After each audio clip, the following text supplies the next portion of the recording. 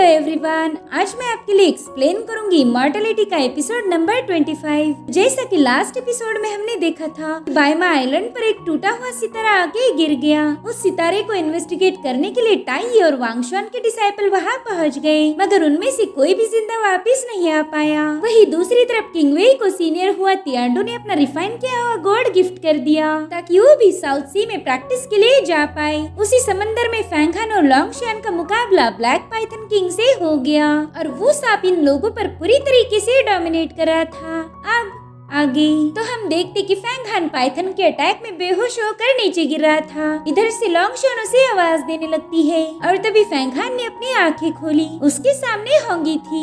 इधर लॉन्गशुआन ने अपने आइस ड्रैगन को समन करके फैंगहान के आसपास एक शील्ड बना दी। अब वो उसे बोट की तरफ खींच रही थी कि तभी उस सांप ने अपनी पावरफुल एनर्जी से उस शील्ड को ब्रेक कर दिया। अब फैंगहान और शाओलिंग सीधा उस शिप में गिरने वाले थे, लेकिन वो सांप फैंगहान को और ऊपर टॉस कर देता है, जिस वजह से शाओलिंग अकेले ही बोट में जाकर गिर गई। लॉन्गशुआन उसे बताती कि ये सांप हमारे माइंड पर अटैक करता है, इसलिए जल्दी से खुद को रिकवर कर लो। अब लॉन्गशुआन सीधे अपनी बोट लेकर उस पाइथन की तरफ आगे बढ़ती है और जैसे वो अपना मुंह खोल के फैंगहान को निगलने वाला था, लॉन्गशुआन सीधा उसके मुंह पर अपनी बोट दे मारती है, जिससे फैंगहान उस सांप के मुंह के बदले उसकी बॉडी पर गिर गया था। इधर वो सांप लॉन्गशुआन पर बहुत ज्यादा भड़क गया था क्योंकि लॉन्गशुआन उसके शिकार को छीन रही थी। इधर फैंगहान भी थोड़ा सा होश में आ जाता है। वो होंगी को अपने सामने देखकर काफी ज्यादा खुश हो गया और अब होंगी उसे अपने पास बुलाने लगती है, तो फैंगहान भी उसे फॉलो कर रहा था। दरअसल ये सब उस सांप की पावर का असर है। वो ऐसे इल्यूजन दिखा सकता था कि मानो रियल हो। अब होंगी सीधे उस सांप के मुंह के सामने जाके खड़ी हो गई। फैंगहान भी उसी की तरफ जा रहा था। तभी शाओलिंग उसे जोर से आवाज देकर बता रही थी कि फैंगहान होश में आ जाओ। उसकी आवाज सुनते ही फैंगहान का भ्रम टूट जाता है। वो देखता है कि वो विशाल का सांप उससे नजरें मिला रहा है, मगर इससे पहले कि वो फैंगहान को निगल पाए, फैंगहान ने तुरंत ही जंप लगा दी और लॉन्गशुआन उसे अपनी बोट में कैच कर लेती है। वो कह रहा था कि इस बार तुम्हें बाल बाल बच गया। अगर तुम लोग मुझे आवाज नहीं देते तो शायद इस वक्त मैं उस सांप के पेट में होता। तभी शाओलिंग इन दोनों को गुस्से में डांटने लगती है। वो कह रही थी कि मैंने तुम्हें पहले ही समझाया था कि इस बीस्ट को उकसाओ मत, लेकिन तुम्हें तो उसकी पावर चाहिए थी। यहाँ पर मेरी सुनता कौन है, इसलिए अब मैं तुम दोनों से बात ही नहीं करने वाली। जिस पर लॉन्गशुआन कहती, हाँ हम दोनों से बहुत बड़ी गलती हो गई, अब हमने जल्दी से यहाँ से निकलना चाहिए। मगर अब वो सांप इनके पीछे आ गया था। पहला ये लोग उसे मारना चाहते थे और अब वो सांप इन्हें मारना चाहता है। वो इनकी बोट के एकदम करीब आ गया था, तो लॉन्गशुआन ने उस पर आइस थंडर का यूज करके हमला कर उसे भगा दिया। लॉन्गशुआन कह रही थी कि हमने जल्दी से यहाँ से निकलना चाहिए, वरना थोड़ी देर में हम इस सांप के पेट में होंगे। और अब वो सांप दोबारा से अपना मुंह खोलकर इनके बोट को निगलने की कोशिश करता है, जिससे ये लोग बाल बाल बच गए थे। लेकिन इस चक्कर में उनकी शिप भी डैमेज हो गई। साथ ही उस सांप ने वाटर का बहुत बड़ा टोर्नेडो क्रिएट कर दिया, तो लॉन्गशुआन तेजी से शिप को भगाने लगती है और फैंगहान उसमें अपनी पावर्स डालकर शिप की स्पीड को बढ़ा रहा था। साथ ही लॉन्गशुआन ने उस सांप पर अटैक भी कर दिए थे ताकि उसका ध्यान फैंगहान पर न जा पाए। इधर फैंगहान भी मल्टीपल स्लैश अटैक करते हुए इस सांप को घायल करना शुरू कर देता है। शाओलिंग भी इस फाइट में शामिल हो गई। वो तो उस सांप के मुंह पर स्लैश अटैक करती जा रही थी और तभी उस सांप ने अपना मुंह खोल दिया, तो शाओलिंग अपनी डिमोनिक एनर्जी का यूज करते हुए उस सांप के मुंह के अंदर बहुत ही पावरफुल ब्लास्ट कर देती है। और ये देखकर फैंगहान भी शाओलिंग की मदद करने के लिए उस सांप के मुंह में कूद गया। अब ये सीन यहीं पर कट हो के हम साउथ सी में एक और बोट को देखते हैं, जिसमें शाओशी और किंगवेई सवार थे। दरअसल शाओशी साउथ सी के नाइटलेस आइलैंड से बिलोंग करता है और ये लोग उसी के घर की तरफ जा रहे थे। शाओशी कहता है कि यहाँ पर हजारों फ्री कल्टिवेटर्स हैं जो किसी भी सेक्ट का हिस्सा नहीं होते, मगर फिर भी उनमें कई सारे लोग डिवाइन एबिलिटी सीक्रेट रेल्म पर पहुंच चुके हैं। अगर एक दिन हम इन सारे कल्टिवेटर को यूनाइट करके एक सेक्ट बना ले, तो वो सेक्ट इतना पावरफुल होगा कि 10 इमॉर्टल सेक्ट भी उसके आगे फीके पड़ जाएंगे। जिस पर किंगवेई कह रही थी कि शाओशी अब हम एक इनर डिसाइपल बन चुके हैं, तो फिर तुम्हारी सोच इतनी छोटी कैसे हो सकती। देखो अगर यहाँ के कल्टिवेटर पावरफुल बन भी गए हो, लेकिन है तो वो इंडिपेंडेंट, उनके पास हमारी जैसी फैसिलिटीज नहीं, और इसी वजह से वो कभी भी इमॉर्टल सेक का मुकाबला नहीं कर पाएंगे। अब शाओशी को इसकी बातें जरा भी पसंद नहीं आ रही थी, मगर वो तो बस इसका दिल वापिस से जीतना चाहता है, इसलिए वो भी उसकी हाँ में हाँ मिला रहा था। वो कहता है कि किंग वे, यहाँ के फ्री कल्टीवेटर तुम्हारे पावरफुल गोड के आगे एक सेकंड भी टिक नहीं पाएंगे। जिस पर वो कहती है हाँ बिल्कुल, देखो ये गोड एंशिएंट डीमन किंग ने प्लांट किया था, फिर इसे अर्थ एंड हेवन की स्पिरिचुअल एनर्जी से नरिश किया गया, और वो भी हजारों सालों तक। डीमंस के लिए तो इस सबसे खास टॉप लेवल का ट्रेजर था, लेकिन फिर सीनियर हुआ तियांडो ने इसे रिफाइन किया और इसकी सारी डिमोनिक एनर्जी हटाकर इसमें अपनी डिवाइन पावर ऐड कर दी, जो कि उस डिमोनिक एनर्जी से 10 गुना ज्यादा स्ट्रॉन्गर है। अगर ट्रूची रेल्म का एक्सपर्ट भी मेरा मुकाबला करने आए तो मैं उसे आराम से हरा पाऊंगी। तो शाओशी भी झूठ मूठ का हंसते हुए कह रहा था कि साउथ सी के लोगों को हमारे सीनियर हुआ की पावर का अंदाजा नहीं है। वाकई तुम तो यहाँ पर किसी को भी हरा सकती हो। और तभी नैनशियान और युआन जियांगकोंग कैबिन से बाहर आ गए। इट मीन्स कि इस बोट पर किंग वे के दोनों आशिक मौजूद है। अब हमें देखना ये होगा कि किंग वे किसका साथ देती है। नैनशियान शाओशी से कह रहा था कि मैंने सुना है कि तुम्हारे फादर भी साउथ सी के फ्री कल्टीवेटर है, उन्होंने भी कोई सेक्ट ज्वाइन नहीं किया था। क्यों, सही कहा ना मैंने। वेल, हमारी इस ट्रिप पर जाने के दो ही मकसद है।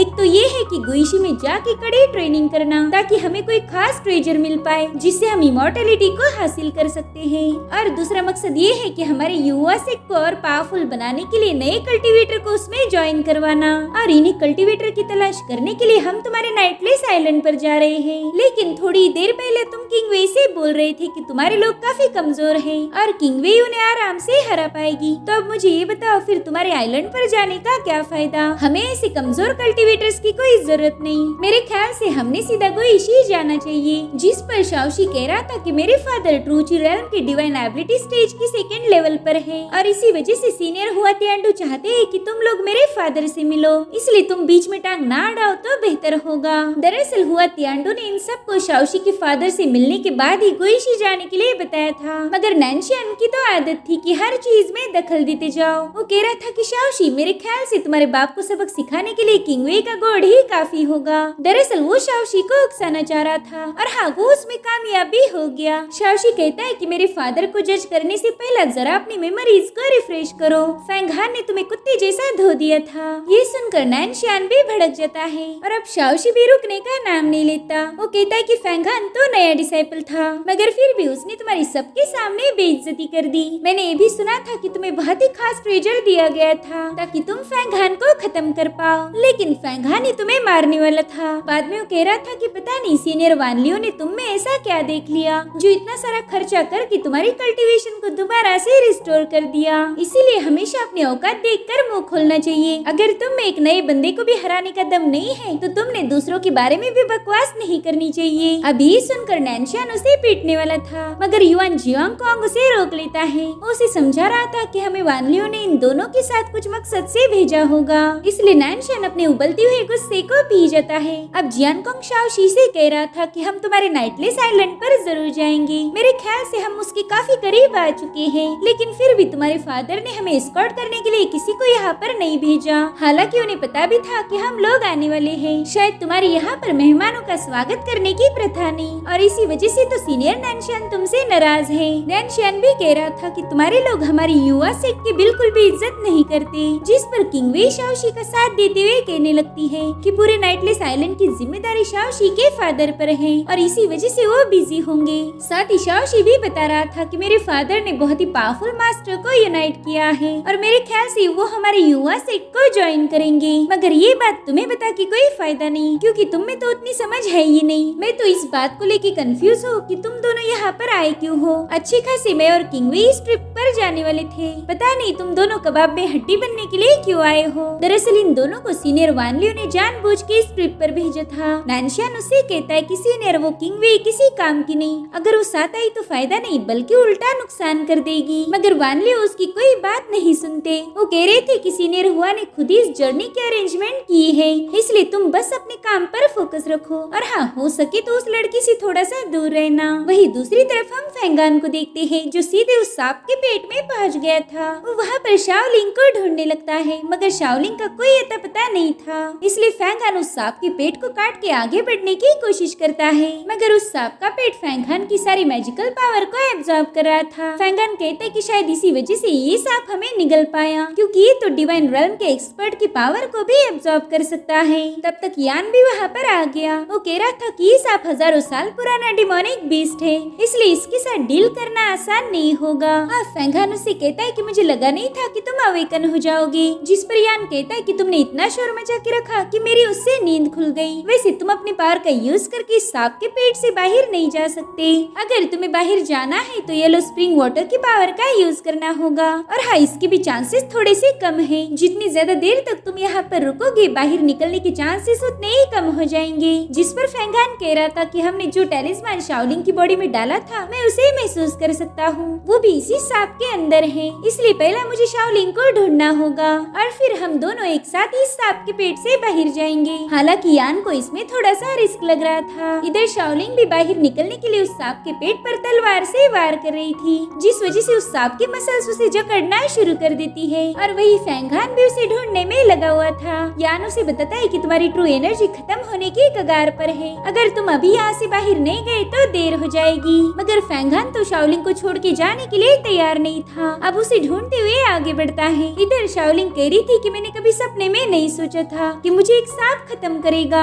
ये तो बड़ी ही बेशर्मी की बात है। और तभी वहाँ पर फैंगहान पहुँच गया। वो शाओलिंग को बाहर खींचने की कोशिश करता है, मगर वो सांप तो अपनी मसल्स रिलीज करने के लिए तैयार ही नहीं था। इसलिए फैंगहान येलो स्प्रिंग वाटर को एक्टिवेट कर देता है। और अब ये सीन यहीं पर कट होके हमें लॉन्ग शुआन दिखाई जाती है, जो कि उस सांप को मारने की पूरी कोशिश कर रही थी, मगर उसके आइस अटैक इतने बड़े सांप के आगे कुछ भी नहीं थे। अब वो सांप उसकी शिप को भी डुबाने वाला था, मगर लॉन्ग शुआन अपने जहाज के आसपास बर्फ का आइसबर्ग बना देती है, तो सांप उसे भी जकड़ चुका था। वो कुछ भी करके लॉन्ग शुआन को भी निगलना चाहता है, लेकिन तभी उस सांप का पेट फाड़ते हुए फैंगहान शाओलिंग को लेकर बाहर आ गया। वो सांप तो इससे काफी ज्यादा भड़क गया था। इधर लॉन्ग शुआन भी तब तक बाहर आ जाती है। अब वो सीधे अपनी शिप फैंगहान के पास ले गई। बेचारी शाओलिंग तो बेहोश हो गई थी। फैंगहान लॉन्ग शुआन को बता रहा था कि ब्लैक वाटर स्नेक बुरी तरह से जख्मी है, तो क्यों ना हम इसे खत्म करें। और अब तो शाओलिंग भी बेहोश है, इसलिए वो भी हमें डांट नहीं पाएगी। सो अब लॉन्ग शुआन भी इसके लिए तैयार हो गई। इधर वो सांप भी इन पर पावरफुल ऑरा रिलीज करता है। वो भी इन्हें दिलो जान से मारना चाहता था। और अब अपने हीरो ने सीधे शिप के नीचे जंप लगा दी। उसने अपने वुल्फ आर्मर को एक्टिवेट कर दिया था, जिसमें ढेर सारी डिमोनिक पावर है। साथ ही फैंगहान के पास मैजिकल ब्लेड थी, जिसे उस सांप पर लगातार हमला करना शुरू कर देता है। इनफैक्ट वो तो उसके मुंह को भी चीरने लगा था, मगर उस सांप की खाल काफी मोटी थी, इसलिए फैंगहान को पीछे हटना पड़ता है। इधर लॉन्ग शुआन ने भी आइस थंडर से उस सांप पर हमला कर दिया। उसका ice dragon black water snake पर पावरफुल एनर्जी से अटैक कर रहा था, जिससे उस सांप के आसपास थंडर का एक बॉल बन गया, जो उसे बुरी तरह से टॉर्चर कर रहा था। इधर फैंगहान ने भी मल्टीपल ब्लेड्स बनाकर उस सांप में घुसाना शुरू कर दी, जिससे वो सांप बुरी तरह से तड़पने लगता है। अब तक तो वो समझ गया था कि ये लोग बहुत ज्यादा खतरनाक है, इसलिए वो सांप तुरंत ही समंदर में छुप जाता है।